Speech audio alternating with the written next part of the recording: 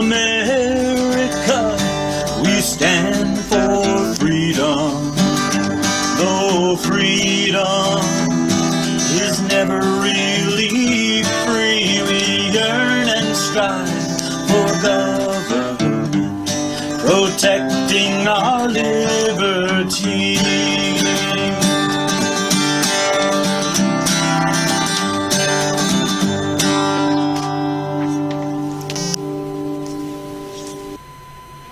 Good evening and welcome to Your Right to Know, presented by the Fitchburg Republican City Committee.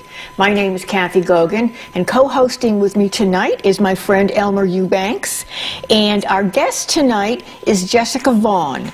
Jessica is the Director of Immigration Studies at the Center for Immigration Studies. And for people who may not have seen you before on our show, tell us a little bit about what the Center for Immigration Studies does. We're a research institute that studies the impact of immigration on American society, which is what makes us unique, because there are other research institutes out there that are studying it from the point of view of business or particular groups of immigrants, and we look at what the impact of immigration as a whole is on our society and how it affects Americans and American communities. So fiscal costs, national security, public safety, labor market, and so on, and how the whole system works, and we try to educate policymakers and opinion leaders on immigration policy. Okay, great. This is part 2 of our series with Jessica. She was with us last month. And to continue on our discussion, we talked about the influx of the immigrants a couple of years ago. That was so bad. Let's talk about DACA. What exactly is DACA? It's this political hot potato these days. What is it? What are the parameters of people who are allowed to be under the DACA program, and what exactly is going to happen with it? Okay, well, DACA is the acronym for a program that was created by the President Obama. It stands for Deferred Action for Childhood Arrivals. So the idea was that the Obama administration and many members of Congress wanted to pass an amnesty for a group of people here illegally known as the Dreamers, which is illegal aliens who arrived as children and have lived here for a long period of time. So Congress could never agree on such an amnesty. So in August of 2012, President Obama put into effect a program that he created, that's not in the law. Only Congress really has the authority to pass new immigration programs. But he decided to offer a group of the so-called Dreamers the opportunity to get a work permit if they had arrived before 2012 and had been in the country for 5 years and had arrived before the age of 16, and at the time they couldn't be older than 31 years old. So it ended up covering about 800,000 people, most of whom were on the young side, somewhere between 16 and 31 years old, and gave them the opportunity to be protected from deportation and work here. And it was very controversial at the time because many people, including me, believed that the president did not have the legal authority to create this program. And it was not done through the regular regulatory process with the time for notice and comment. Congress never voted on it. He just did it. And so it has always been controversial. And President Trump, when he was campaigning, promised to end the DACA program. Which he did. He tried to. And he's been blocked by a series of lawsuits. But if it's not a law, why isn't there any pushback against it? Well, that's the big question, is if President Obama implemented this program with a memo, why can't a new president just rescind the memo. And that's how it happened, and this happens hundreds of times. Every time there is a change of administration, you change policy. That's why elections matter, because policies change. But there have been a series of court rulings that have said a variety of different things. Some of the judges have said you can't do this because you haven't gone through the rulemaking procedure again. Or some judges have said, well, you can do it, but we don't like your reasons for doing it. The real solution to this, and it has become a hot potato, President Trump extended the time period for people to renew their DACA application, their DACA work permit, so that nobody really has been cut off from their benefits at all yet. But they'll never become citizens, right? Well, no, because you have to become a legal immigrant first. They can legally work here, though? Right, they can work here. They're entitled to most benefits in most states. Most states treat them like legal immigrants, but they don't have a green card. They can get a driver's license. They can usually have access to all benefits that Americans and legal immigrants have. And that's why it is a costly program. The Congressional Budget Office concluded that legalizing the people with DACA and a few others, they had a more expanded definition of dreamer, was going to cost about $25 billion because it provides access to benefits and services that illegal immigrants don't normally have. And so that's one of the reasons why it's become very controversial. The other thing that has happened is it has become a magnet for more illegal immigration, especially I was going to say that. What kids. happens to the next wave of kids that say, hey, wait a minute. Well, we've already had that wave coming. I'm a dreamer, too. I want my own program. Yeah. How do you stop it? Well, the Trump administration thought they would stop it by just saying we're not doing this anymore. Or what really should happen is Congress should step in, because Congress has the authority to make our immigration laws and decide who gets to be a legal immigrant. But we know that they can't seem to do that. No, they tried earlier this year. The Senate considered a proposal. President Trump got together a big group of senators and members, career officials from the Department of Homeland Security and others to talk about what to do about it. And they agreed on a package of reforms that would have been an amnesty for nearly 2 million of the Dreamers, far beyond the 800,000 that were covered by DACA, in exchange for cuts in legal immigration, an end to the visa lottery, and funding for border security and immigration enforcement. I thought that was a very, very generous offer for an amnesty, probably more generous than necessary. I mean, in my view, I can see the argument for allowing the people who got DACA to get green cards. I mean, if they do really have a point that these kids, or most of them aren't kids anymore, they didn't make the choice to come here illegally. They've grown up here.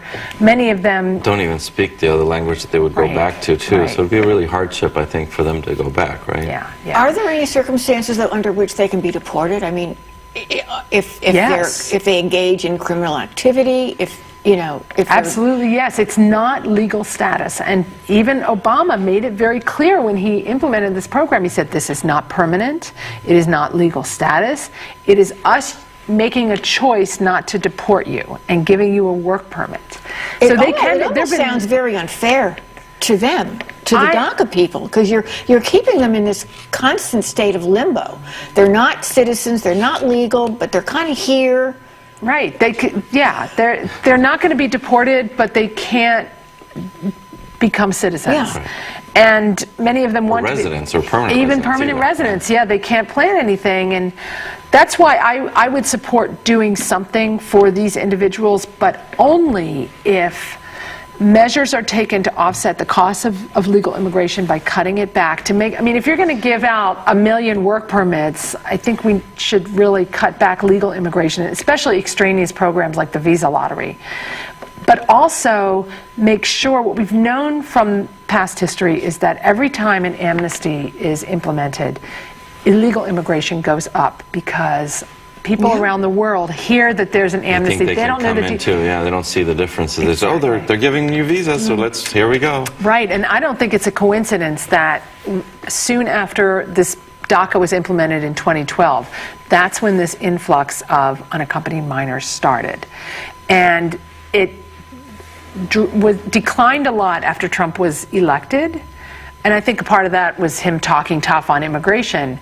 But then when Congress took up DACA again this year, we saw a spike. And in March of 2018, the number of apprehensions at the border went up 200% over March the year before. So it's clear that talking about amnesty does inspire more people to try to get here. So that's why border security needs to be a part of any deal if there is going to be a deal, and I think there should be. I think, but Congress can't get out of its own way right now. So, but now that the courts are saying that something, that they're going to force the Trump administration to keep allowing people to have their DACA status until Congress acts. And Trump has said, he thinks Congress should act, and he gave them 6 months to act. That wasn't long enough. And part of it was because the courts stepped in.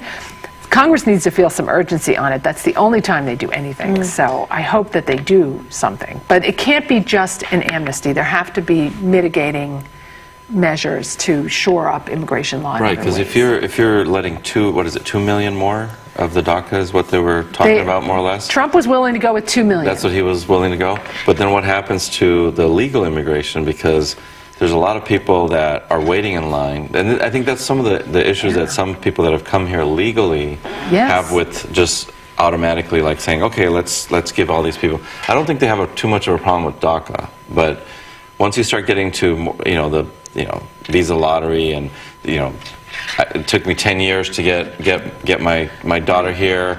Like, why they were automatically they went through the process, spent a lot of money doing the process, right? Yeah, they talk about going to the end of the line, but there really is no end of the line. They're here. They've got a leg up on everyone else because they're here already. Yeah. And that's the thing. And because of the way our legal immigration system is set up, if people who have DACA now are offered a green card, they're on a path to citizenship, as they should be. I think if we're going to legalize them, we should allow them to become citizens.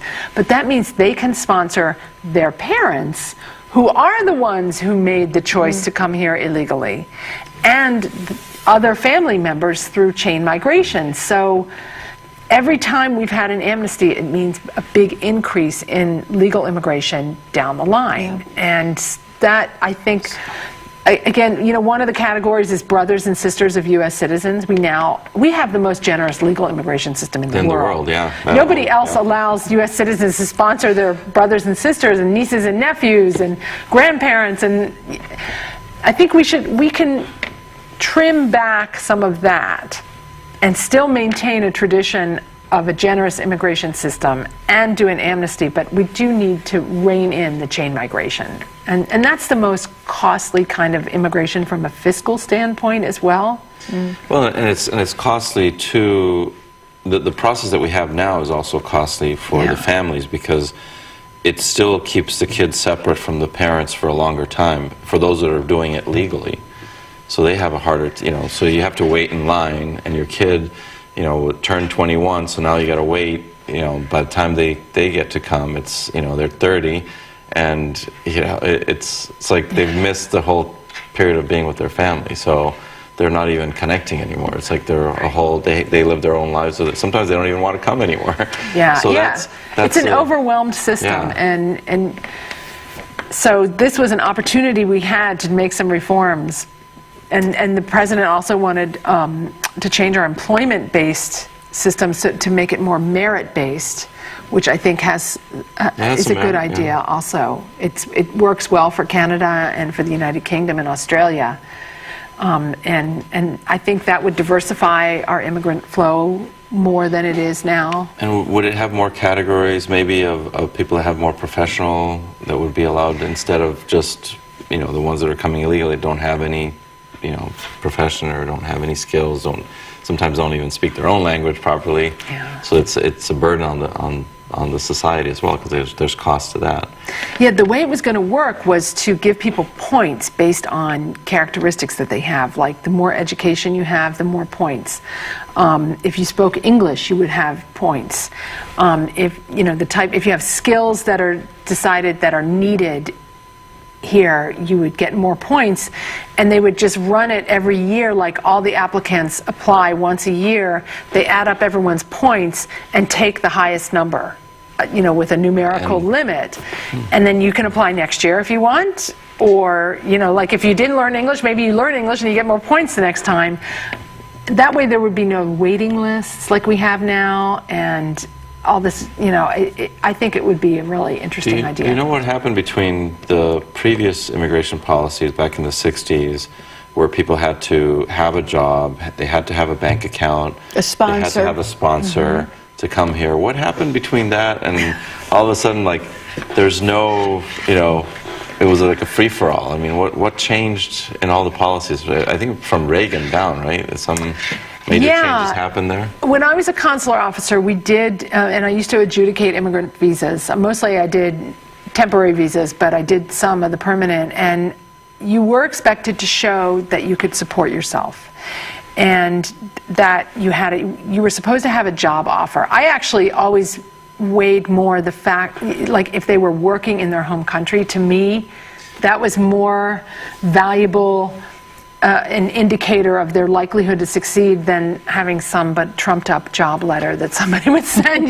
like they would always have their cousin say, oh, I'm going to employ them in my gift shop or whatever. If they had a good job where they were, I was not worried about them in the United States. It's the ones who would come in. Now you're allowed to bring in an affidavit of support with somebody promising that they would support you if you couldn't support yourself. And we find that there's people who will sign those for like 30 different people. Nobody checks on whether they actually support them. It's kind of a racket, and that kind of fraud needs to be cleaned up too. I just think we can do a much better job with our legal immigration system than we do. So if we can get Congress to act and make some policies that would change some of that, limit some of the chain migration.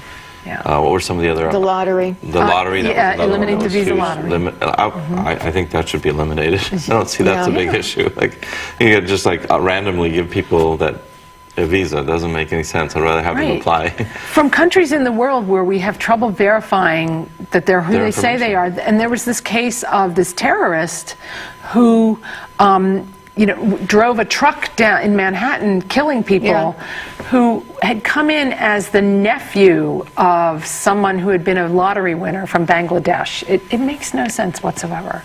It's not in anyone's interest to keep that up. You've put some numbers into how many people are here illegally, and what are some of the costs to society, to our infrastructure of having people that are here illegally? What are some of the costs that you see in your research? Well, we think there are about 12 million people living in the country illegally now. It's been ticking upward in the last few years. The major cost is for our research has shown that about 50% of households that are headed by or where the heads of household are in the country illegally are accessing at least one major welfare program. It's usually Medicaid. And yet they say that illegals don't get any benefits. Right, that's what... they can, because the states have a lot of leeway in who they give benefits to.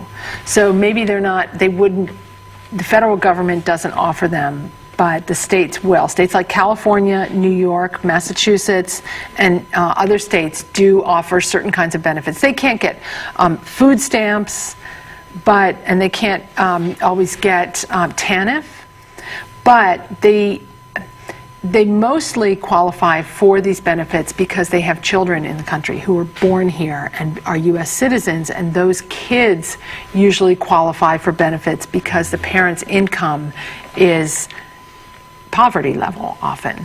And so that's how they're accessing benefits programs. And that's the major cost. I would say if there's a single program, it's Medicaid that the kids qualify for. The other big cost is education. kids in the schools, school yeah, system school systems. is a major one. So that's, and these costs are borne primarily by state and local governments, not the federal government. It's a federal policy, and illegal immigration is a federal policy failure, but it's state and local taxpayers that are forced, to support these programs. Which brings me to once you mentioned state and local taxes, how about the sanctuary cities? A lot of these cities that are saying, like, let's just, protect everybody. Let's give them sanctuary, make this in California. There's some places here in Massachusetts that are trying to do the same thing. What are some of the issues that why would a city do a sanctuary city? It's going to cost them more money in taxes to their community. Well, it's always a political decision. It's usually, the sanctuary policies are imposed on communities usually by political officials, and there are different reasons they give for them. Most of the time it's because they're trying to blur the line between legal immigrants and illegal immigrants, and send a message to the community that they welcome immigrants and that they don't think illegal immigrants should be discriminated against. The most common form of a sanctuary policy is one where the local law enforcement agencies are not allowed to cooperate with immigration enforcement, and usually this is because they disagree with immigration enforcement. They think that we can accommodate more people, that we should have more open borders. These are people who usually are not affected by illegal immigration. Yeah. And one of the arguments is that it costs the police to do this. Is there a real cost to police to enforce that? It's less. There is a cost. I arrested you, and I'm gonna. Yeah, to hold someone for ICE, but that is a minor cost compared with the cost for allowing an illegal immigrant who is also committing crimes to stay in the community and to be, immune from immigration enforcement. That's a much bigger cost, and there's a human cost sometimes involved there too. And I think that's a lot of it, is that these politicians think it sounds good, feels good to promote a sanctuary policy. Now it's become a form of resistance to Trump. But why would you want criminals in your community? Except, well, they deny that. They're saying, oh, well, they're not really criminals, but they're preying usually on other immigrants. Yeah. And there is a very real public safety cost to this. We've seen it here in Massachusetts in some very tragic cases. We had the Uber driver, right? Yes. That, yeah. Who raped somebody and then they let him go. I've been in court, in Worcester court, where a drug dealer got taken by ICE, which is the other part of the other side of the coin. They're being indicted but for one thing, and then ICE comes and picks him up and takes him and deports him. Right, because they know that the local authorities now in Massachusetts won't hold them, because Massachusetts is a sanctuary state for enforcement right now, because the Supreme Judicial Court has said that no longer they've said basically no law enforcement officers in the state are allowed to hold people for ICE, even though it's federal law allows it. But they broke the law here. Exactly. Why, if they broke the law, they should stay and stand trial for that law before they get deported. And that's what ICE would like to do. ICE would be like, okay, let's pick it up and take them away. And then they just come back again.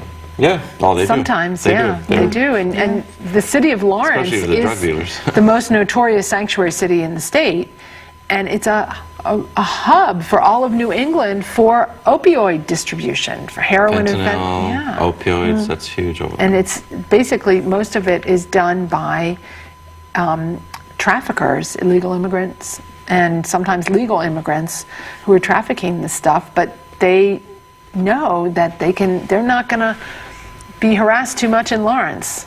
It doesn't make sense to me why you would want to inflict that on your citizens. They're in denial that it happens. They call, if you talk about victims of illegal immigrant crimes, it's dismissed as anecdotal or sowing hatred between communities. But if you talk to police and people who actually see what's going on, they know that ICE is after criminals, people who are causing problems in the community, or people who've been deported multiple times before, or that kind of case too. So it's not a simple detainer. Oh, you know, they came in here illegal. They're really looking after the people that are breaking the law, that are committing crimes. A lot of times they're stealing money from the other immigrants. They're going into their houses and taking the money that they've been saving up and keeping little boxes or whatever, and they steal that. Right. And then they don't complain about it because they're afraid that they're gonna, you know, that the police is gonna take them instead, right? So.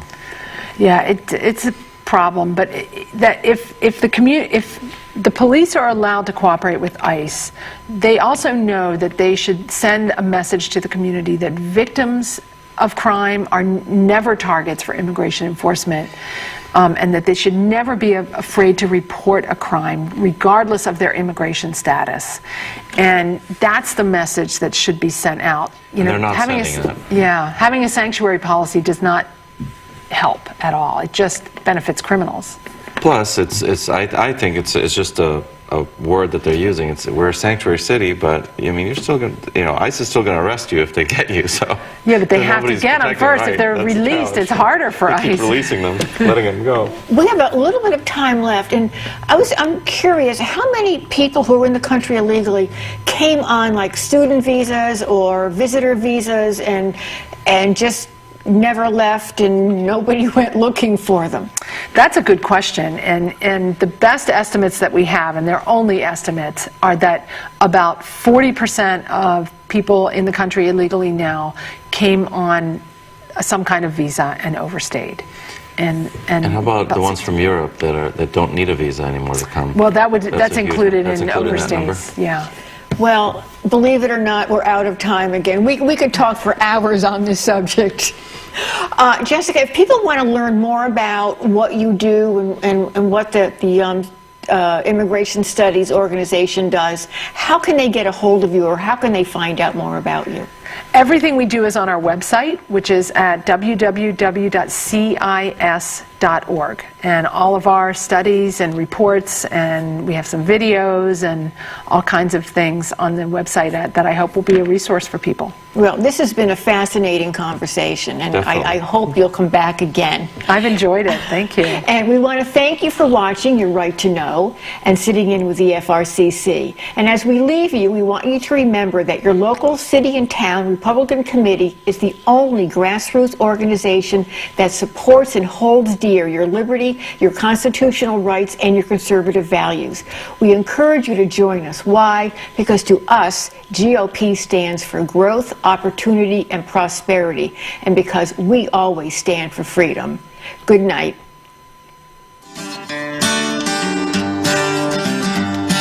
America, we stand for freedom. So let us all unite to yearn and strive for our republic that reflects our values, that preserves our rights, and goes forth in power and might, that reflects our values and preserves our rights, and goes forth